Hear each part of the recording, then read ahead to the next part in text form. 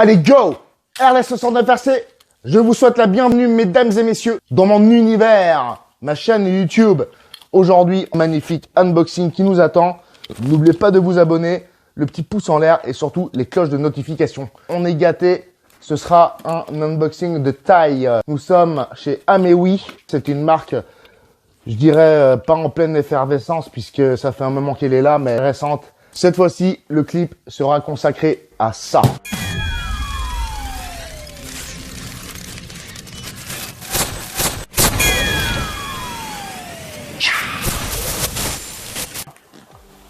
Alors, est-ce que c'est bien celui-ci que j'avais commandé? Ah, je me souvenais pas. Mais effectivement, ça doit être ça. Je ne l'ai pas commandé pour sa couleur, évidemment. Donc celui-là aussi, en liquidation. Et même pas 200 balles suisses. 1m45 d'envergure. Je crois qu'on a sur un brushless 50-52 de 550 kV. 80 ampères, messieurs, dames, et une longueur de fuselage d'1m30, donc 6S, avec des lipos allant de 4500 à 5000. Voilà. Bien le reste, on le fait à la main. Voilà à quoi ça ressemble. Un Warbird, un avion de guerre, messieurs, dames, avec des ailes de cette taille-là. Franchement, si ça plane pas, mon gars, on a une hélice fournie de 16 par 6. C'est quand même pas mal, hein. Franchement, 16 par 6, ça commence à devenir gros. La clé d'aile, elle me plaît bien.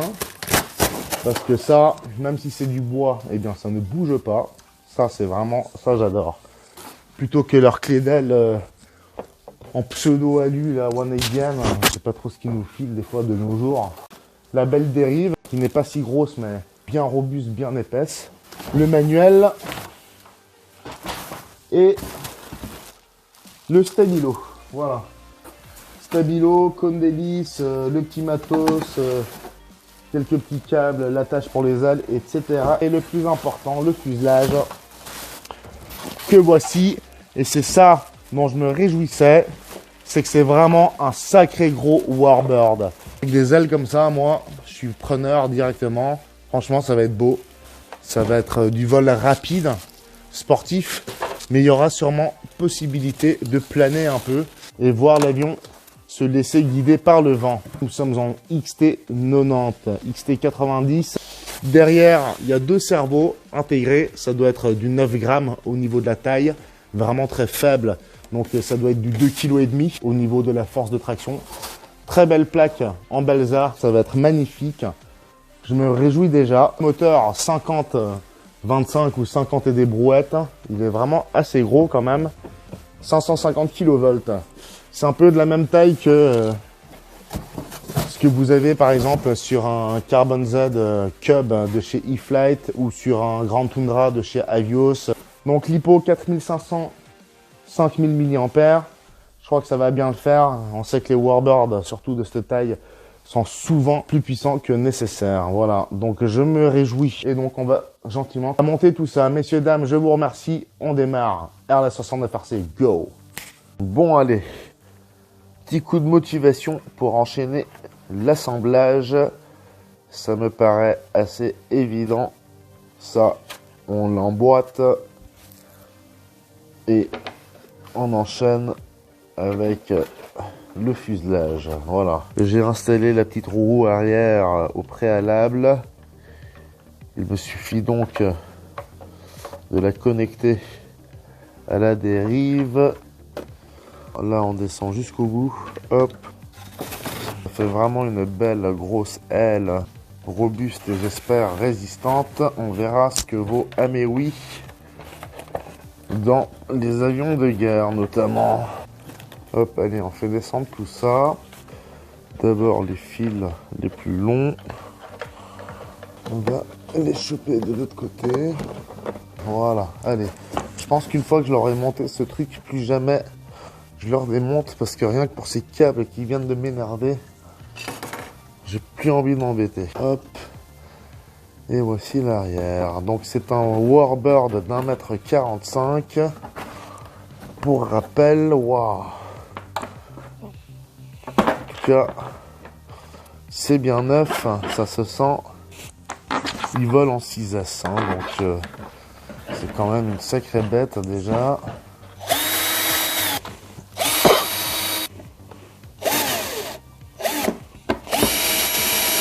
Voilà, j'espère qu'on n'a pas trop forcé. Au pire, le fuselage volera tout seul si l'aile se détache. Mais ça devrait pas arriver. En tout cas, c'est super léger, hein. Franchement, incroyable la légèreté de leur modèle. Là, à Mewi et leur Yak 11, c'est du beau. Alors, qu'est-ce que j'ai foutu ici? Est-ce que j'ai déjà perdu ce truc, hein? Alors, hop, AR 630, AS3X Safe 100, les antennes.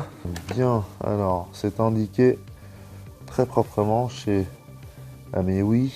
Quand vous êtes en face de votre récepteur Spectrum, c'est le câble blanc vers le haut ou les petites connexions visibles vers le bas.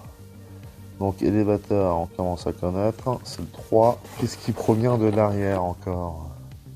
Rudder, donc dérive en 4.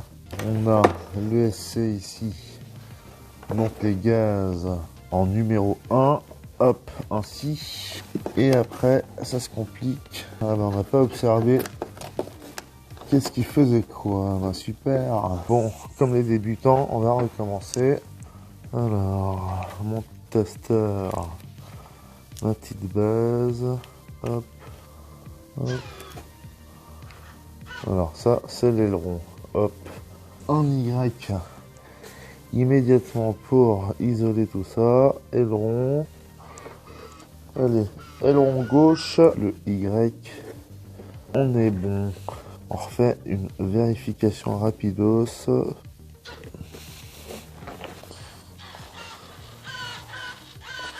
Voilà.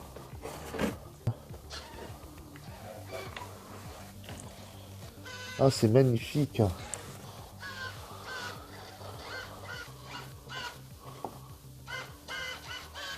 Donc les volets fonctionnent merveilleusement bien.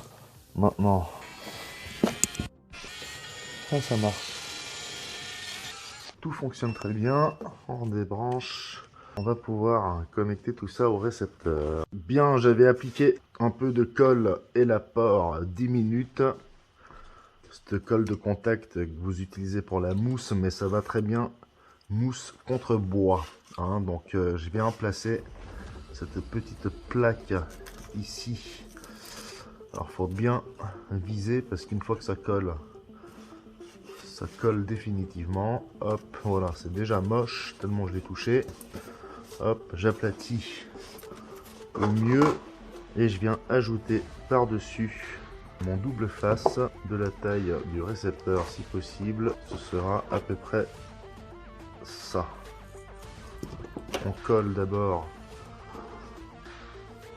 sur le récepteur. On vise et on pose le récepteur. On définira sa position au niveau de la programmation avant. Donc tout ce qui concerne les réglages Safe et AS3X, on va attacher tout ça avec un Colson. Alors c'est toujours galère pour le faire passer de l'autre côté. On va voir si ça suffit. Allez, on fait appel à la pince. Hop. Et le tour est joué. Comme ça,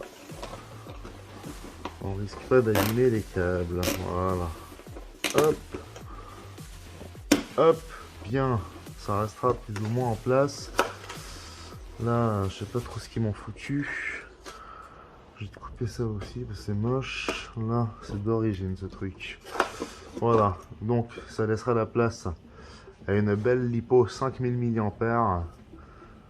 6 As et on est nickel. Il n'y a plus qu'à créer le modèle dans la NX10, monter l'hélice ensuite une fois que tout est réglé et c'est parti pour un petit vol inaugural. Vous remarquerez cette magnifique surface à l'air C'est un beau bébé, hein. Franchement, c'est vraiment très très beau.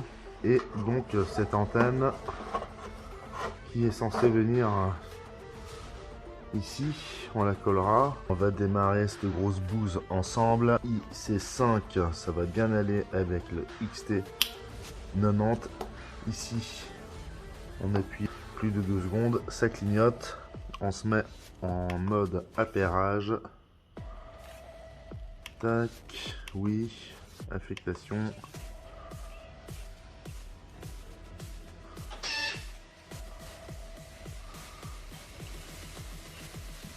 Bon, il y a les flaps qui sont inversés visiblement. Voilà, bon. On va faire les réglages. Moins 100. C'est nickel. Là, j'ai l'impression que ça va bien au niveau de l'élévateur. Faudra ajuster la longueur. Aileron, hop. Gauche, droite. Gauche, droite. Coupure des gaz sur C chez moi.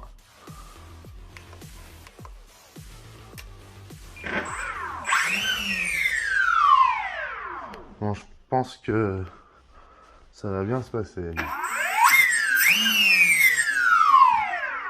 Voilà. On va mettre l'avion à niveau car on va procéder au réglage AS3X. J'ai pour habitude, après le binding et les réglages, de débrancher un coup, d'éteindre la radio. Voilà. Bye bye Spectrum.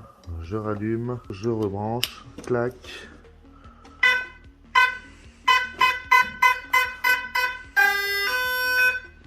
Ah bah, joli petit son, je l'avais encore jamais eu celui-ci. Le SC, il est fourré là au fond, je sais pas si on voit quelque chose. C'est donc Hobby Wing, on descend dans le menu principal jusqu'à programmation avant. J'active simplement tout ce qu'il faut activer, on va définir l'orientation manuellement. Le mien se positionne avec le bouton Spectrum vers l'arrière. Donc, orientation, tac, tac, tac, tac, voilà, c'est ça. Hein, le bouton Spectrum ici, et l'écriture R630 vers l'avant, face vers le haut. Je valide, continuer, appliquer. Voilà.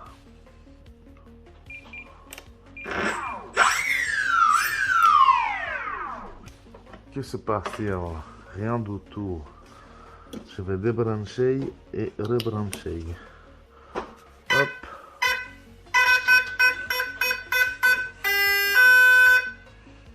Bien, alors.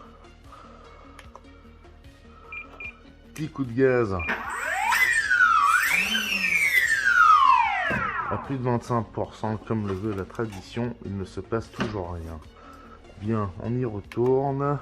Programmation avant, c'est cette nouvelle méthode de programmation qui vous évite de passer par l'AS3X Programmer dans votre PC.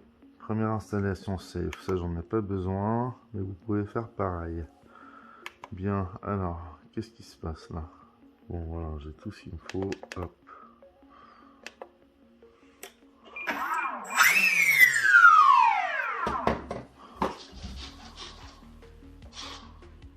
Alors,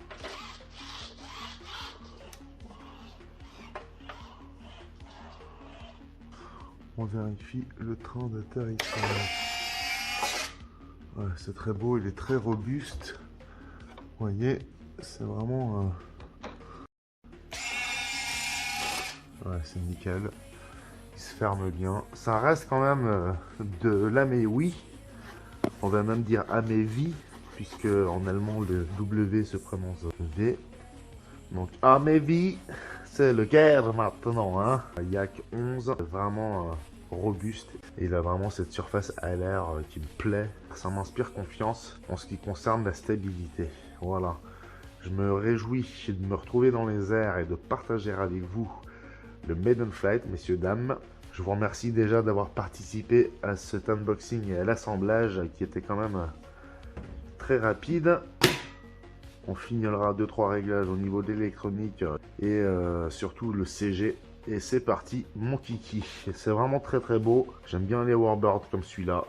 J'adore cette cabine, c'est robuste, c'est massif, c'est beau. C'est cool. Adieu Gaillard. Adieu. T'as de beaux yeux de guerrier. Tip top. Allez, on va se mettre la race. Bam bam. On se retrouve sur terre, messieurs, dames.